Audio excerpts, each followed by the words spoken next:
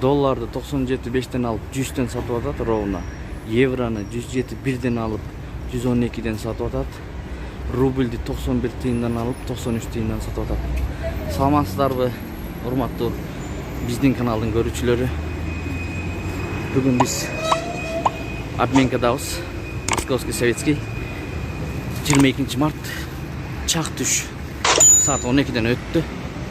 Bir болайын деп калды. Азыр биз сиздерге курстарды билип беребиз. Бул жердики кандай экен көрөлүчү.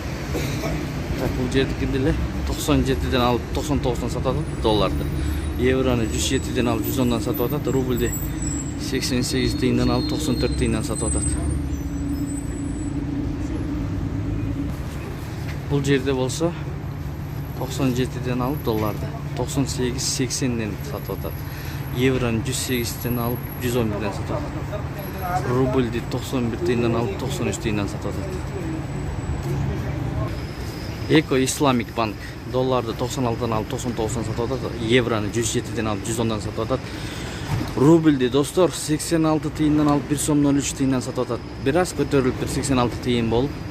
Кудай буйруса дагы көтөрүлөт деген ойдобуз. Сабыр кылып туралы. Достор, Финка банк 96'dan алат долларды 99'dan сатып атат. Евроны 106'dan alıp 109'dan сатып атат.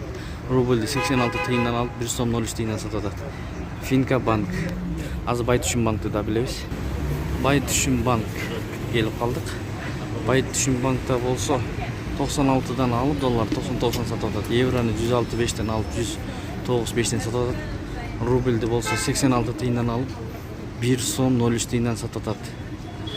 Дээрлик банктар 86 тыйындан алып калыптыр рубльди. Ушу менен видеону аяктайбыз. Биз менен болуп лайк басып коюңуздар. Обменкада элдер көп, очередь.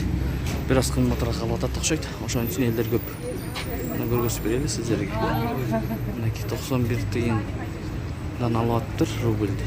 93 тыйындан сатып атат.